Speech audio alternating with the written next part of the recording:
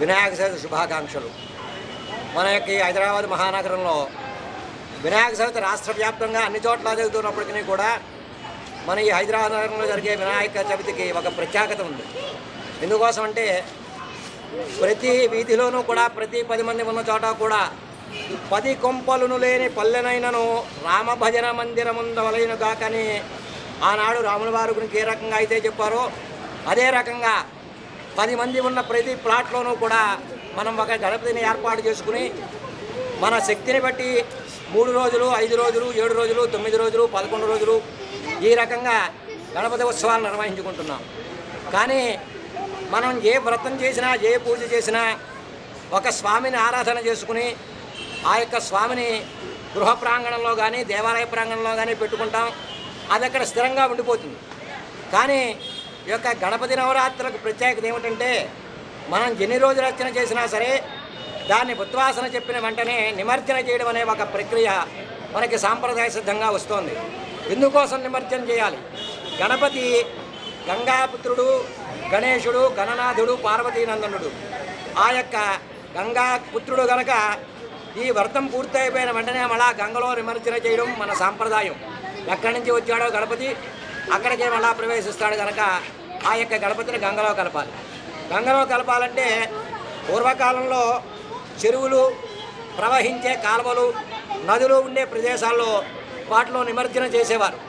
కానీ ప్రస్తుతం మనం ఈ యొక్క సమాజంలోకి వచ్చేటప్పటికి నీటి కొరత ఏర్పడడం వల్ల చిన్నటువంటి వనరులు, నీటి వనరులని మనం చాలా జాగ్రత్తగా వాడుకోవలసిన పరిస్థితి ఏర్పడింది. అటువంటి సందర్భంలో మనం ఇటువంటి విగ్రహాలని అలాంటి జీవనదుల్లో కలపడం వల్ల ఇబ్బంది కలుగుతోంది కనుక ఎవరు తిన్నవాళ్ళు ఆ విగ్రహం గంగలో నిమజ్జనం చేయడమే మనకు ప్రధానమని భావించి మనకి తగినటువంటి మన గృహ ప్రాంగణంలో ఉన్నటువంటి నీటి వనరులు ఏవైతే ఉన్నాయో అంటే మనకి నూతులు ఏమన్నా ఉంటే నూతుల్లో కలుపుకోవచ్చు. ఎందుకోసమంటే నూతుల్లోనూ కాలువల్లోనూ చెరువుల్లోనూ ఎందుకు కలిపేవారంటే గణపతిని ఎప్పుడూ కూడా మట్టితోనే ఏర్పాటు చేసుకుని ఆ యొక్క మట్టి గణపతినే మనం అర్చన చేయాలని చెప్పి మనకు శాస్త్రం చెబుతోంది. కానీ ఏంటంటే కాలమాన ప్రభావం ప్రకారం మనం కొన్ని కెమికల్స్తో తయారు చేసిన విగ్రహాలను తయారు చేసి ఆ విగ్రహాలకు పూజ చేసి దాన్ని మనం గంగలో కలపడం వల్ల వాతావరణానికి ఇబ్బంది ఏర్పడుతోంది. ఆ నీళ్లను కూడా మనం పాడు చేసిన వాళ్ళం అవుతున్నాం. ఎందుకంటే గంగ పవిత్రం అని చెప్పి మనం అనేక పురాణాల్లో చెప్పుకున్నాం. గంగను మించినటువంటి పవిత్రత లేదు. ఎక్కడైతే గుక్కడి నీళ్లుంటాయో అది గంగానదితో సమానం. ఆ యొక్క గంగను మనం అపవిత్రం చేయకుండా ఉండడం కోసమని చెప్పి నిమజ్జన చేసే ప్రక్రియను ఎవరు తిన్నవాళ్ళు తమకి దొరికినట్టు వనరులు దగ్గరలో ఏదన్నా మనకి నుయ్యి ఉంటే ఆ నూతిలో కలుపుకుందాం. నుయ్యి కూడా లేని పక్షంలో ఒక టబ్బు నిండా నీళ్లు పోసుకుని అందులోనే మనం గంగను ప్రతిష్ఠ చేసుకుని దాంట్లో నిమజ్జనం చేసుకున్నా సరే ఆ స్వామి సంతోషిస్తాడు. అంతేగాని మనకు ఉన్న నీటి వనరుల్ని పాడి చేయిస్తే ఆ యొక్క స్వామి సంతోషించేది ఉండదు. అందుకోసమని చెప్పి మనం ఈ యొక్క నిమజ్జన కార్యక్రమాన్ని మనకి తగినటువంటి వనరులతో ఇంటి ప్రాంగణంలోనే కలుపుకుని మట్టి గణపతినే ప్రధానంగా చేసుకుని ఆ మట్టి గణపతిని నిమజ్జనం చేయడం వల్ల గణపతి వ్రతానికి ఎలాంటి ఫలితం అయితే చెబుతున్నారో ఆ ఫలితం తప్పకుండా సంతరిస్తుంది.